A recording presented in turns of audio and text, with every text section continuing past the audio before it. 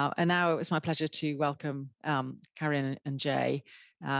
They have done some work looking at the beef cattle, and the project that AWR funded with them was lameness in beef cattle, establishing a knowledge base to start to really look closely at the beef industry. A lot of work has been done around lameness in the dairy herd, and this was a very timely piece of work looking at lameness in beef cattle. So first we'll see their recorded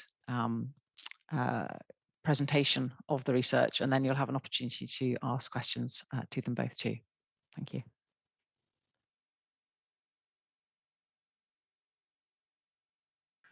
Hi, my name's Jay, and I'm a farm vet, and I've recently completed a PhD at the University of Liverpool investigating lameness in beef cattle.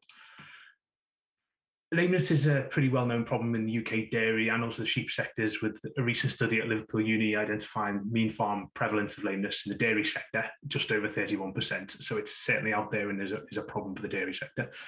It's also known to be one of the greatest welfare concerns for cattle. A Farm Animal Welfare Committee in the UK stated to cause considerable pain and distress, and I think a lot of people in the industry would probably agree. We do know that it's costly in the dairy sector, affecting the milk yield, fertility, and carrying an increased chance of an animal being culled, and in sheep it's got sort of similar effects. However, there's very little information out there regarding lameness in beef cattle, both in the UK and internationally as well. This is despite the fact that actually the beef sector is very different to the dairy industry. The breeds, the husbandry, and the production parameters are all significantly different. Internationally, there are a small number of studies investigating lameness, but they're generally looking at prevalence at slaughter or looking at medicine records. These require an animal to grow and be sound enough to reach slaughter, or for it to be treated for its lameness, and then that treatment to be recorded. All of those make that data difficult to interpret and certainly difficult to use usefully in relating those to animals in the UK systems that we have. However, there are approximately 1.6 million suckler cows in the UK and about 2 million finishing cattle slaughtered each year. So there are a lot of animals out there, and it is a worthwhile topic. So we took on this project with quite an ambitious scope, knowing that we were largely trying to open the door into this topic, hoping to understand what the prevalence of lameness was, or is, to try and confirm if we definitely can locomotion score beef cattle, to identify lesion frequencies, look at some possible risk factors, to try and understand the effects of lameness on some of the production parameters, and also find out what beef farmers' perceptions and behaviours relating to lameness were. So can beef cattle be locomotion scored? Let's have a quick look. We found that there was actually an acceptable reliability of a locomotion scoring system that we used, which is very similar to the one used in the UK dairy industry pretty regularly in the UK. However, we are still concerned that the opportunity to do this locomotion scoring system will present challenges to its routine use on farm by farmers, and many farmers we know aren't familiar with any locomotion scoring system. Most don't locomotion score their cattle at all. So it's certainly worth us investigating more usable methods of lameness detection in the beef sector. And prevalence, well, the prevalence or the percentage of animals lame at any one point in time on a farm was estimated by locomotion scoring animals across 18 finishing units and 12 suckler units, mainly across the west of England, northwest of England, and to North Wales as well. But just under 1,700 finishers and just over 1,000 suckle cows locomotion scored. And the mean farm level prevalence was 8.3% on finishing units and 14.2% across suckler herds. It's probably the range that's most interesting there, actually a range of between 0 and almost 50%. So on some suckler farms, there were no lame animals, whereas on others, almost half of their animals were lame at that point that I visited, which is an interesting figure. What about the lesions out there?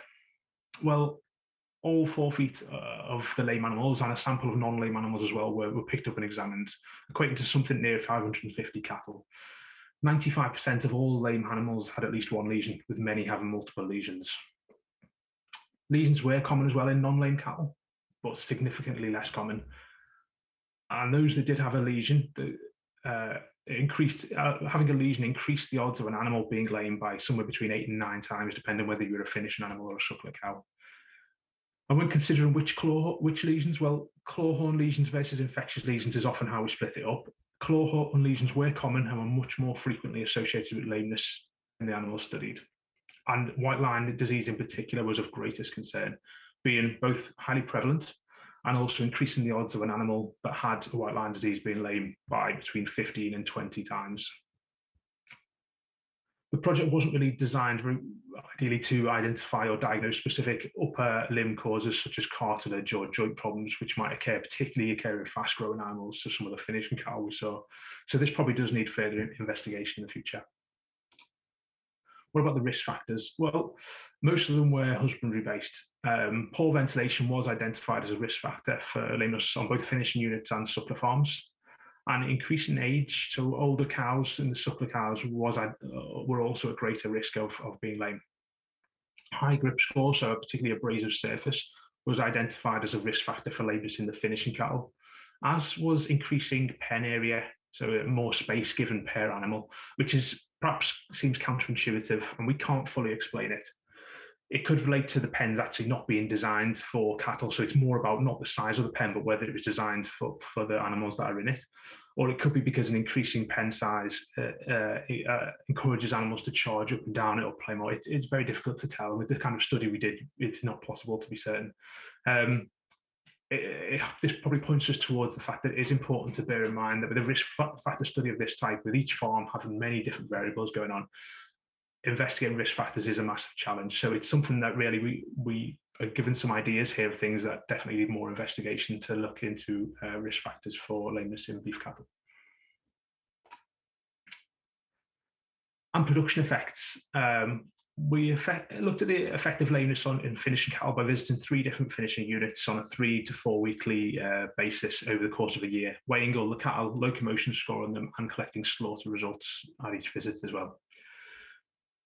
Animals that were identified as lame by myself at least once at any point during their finishing period had a reduced average daily live weight gain, so effectively their growth rate had a reduced growth rate. And the more times I saw them lame, the greater the reduction in their growth rate. If an animal was ever seen lame, there was a 240 gram reduction in their average daily live weight gain, increasing to about 480 grams if it was repeatedly identified as lame. So that means if we just sort of take it as an example, if an animal were to be lame approximately halfway through its 90-day finishing period, based on that figure, it would take 8 days longer to finish that animal. Whereas if it was repeatedly scored lame, it would work out about 15 days longer. We couldn't actually identify an effect on the carcass quality, possibly because it's confused by the effects of some farmers holding on to lame animals, waiting for them to reach slaughter weight or slaughter condition before actually sending them. So the carcass quality by the time they're slaughtered might be similar. Now, I can mention we looked at farmers' perceptions. So we did this by performing an in-depth interviews across 21 farmers, lasting something like 45 minutes. And then we also used them to conduct a larger scale questionnaire across the UK with 532 eligible responses that we could use. And it was really interesting opportunity to look at some of the farmers' perceptions. So just put some very few examples here of what some farmers did say, just some of the interesting ones to note, but I'll give you a couple of seconds just to read them.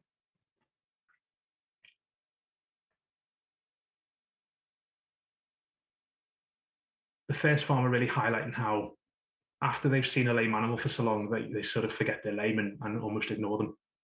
And the second one probably highlighting the effect that this can also have on the farmers when they're trying and not achieving to resolve the problem. And the bottom quote possibly highlighting a lack of understanding, I suppose, in what lameness really is. So most farmers underestimated lameness compared to my own examination of those animals. So we put their animals through locomotion, scored them, and then a farmer also told me how many lame animals they thought they had, and farmers tended to underestimate their lameness prevalence. Most farmers also had no safe or easy way to examine and treat lame animals, which is a concern for how they would ever be able to resolve. Staffing shortages were a problem, and there was confusion over when they could and couldn't transport lame animals. Antibiotics were commonly used, but it was really good to see that there was a desire for further training, further understanding around lameness, things like foot trimming, locomotion scoring, but also prevention methods as well. And this really has to be a call to action for all of us, vets, industry bodies, DEFRA. I think we need to really think about what we can offer to farmers to help them. The desire out there, so let's see what we can do. So what did we achieve then? Well, we hope we've raised the topic of lameness in beef cattle and delivered numerous knowledge exchange events to vets, to industry bodies, as well as directly to farmers, and published some information leaflets, and hopefully put the topic into people's minds. We've generated information which can support intervention followed by treatment and prevention plans. And we've also provided a baseline from which further research can be targeted. There are some places we can go for a bit further information on this particular study. The full thesis is available, as well as some of the papers published. And I would like to thank AWF's Norman Hayward Fund. Without this, the project couldn't exist, but also the research team at Liverpool and all the farmers, the industry bodies, and the vets as well, everyone who supported the project and got involved, particularly those farmers who let me onto their farm and let me work with their cattle. So I really appreciate all that help. Thank you for your time. Appreciate it. I'll flick back to the references if you'd like to have a further look. Thank you.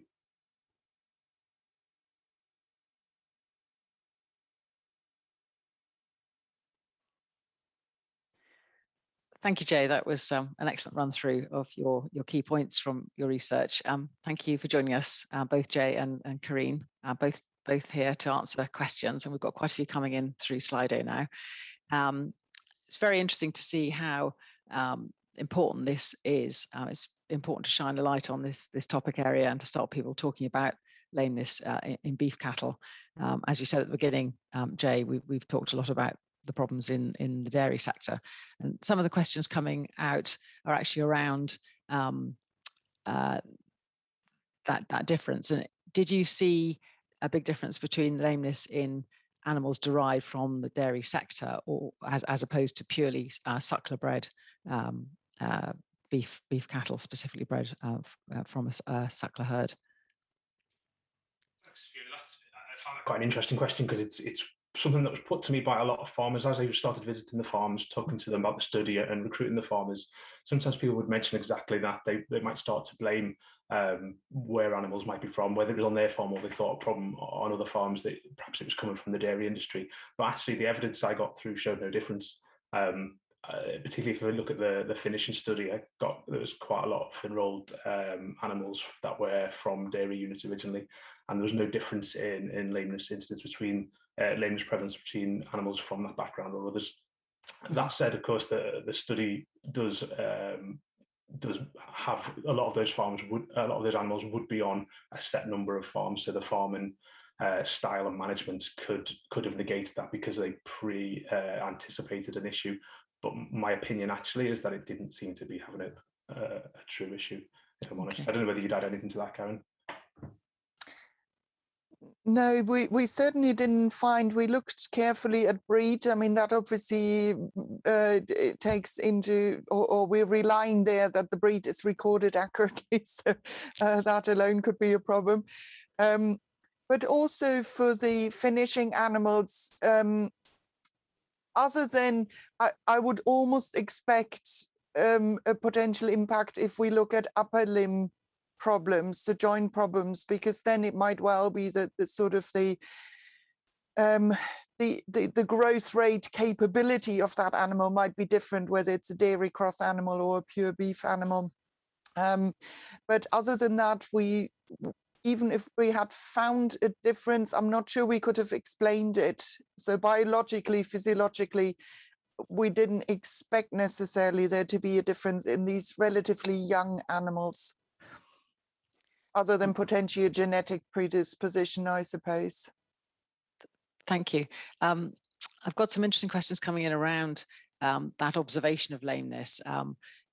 Carol Gray says, how did the farmers respond to the difference between their own lameness estimates and your observations? And were they then more receptive to training? And I've got a question here from James Russell as well. He wants to ask a bit more about when you are and when you're not able to lameness score beef cattle accurately. So perhaps could you just fill us in a bit more about that area and those questions? Yeah, sure, no problem. So, the locomotion scoring itself, when that was performed, it was all done by myself, just to keep that consistency throughout the study. And it was done by allowing animals who'd been collected in a pen or similar out through, usually through a race, and then walking on an open system, very similar to what's recommended for the AHDB dairy mobility scoring method, just a slightly different system, but effectively it does the same sort of job. also walking on a firm surface.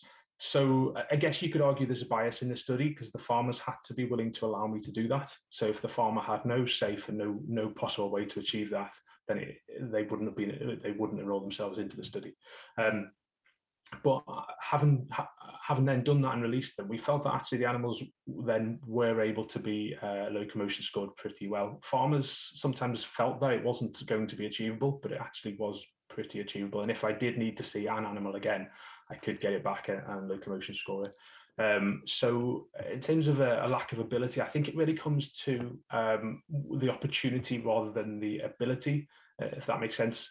So whereas dairy cattle are coming in and out of a parlour usually twice a day, there's an opportunity there to at least score the milking herd. In beef cattle, there often isn't that opportunity, and farmers are likely to be unwilling. I noticed there's a comment about would it be good to offer this free service to farmers to locomotion score for them.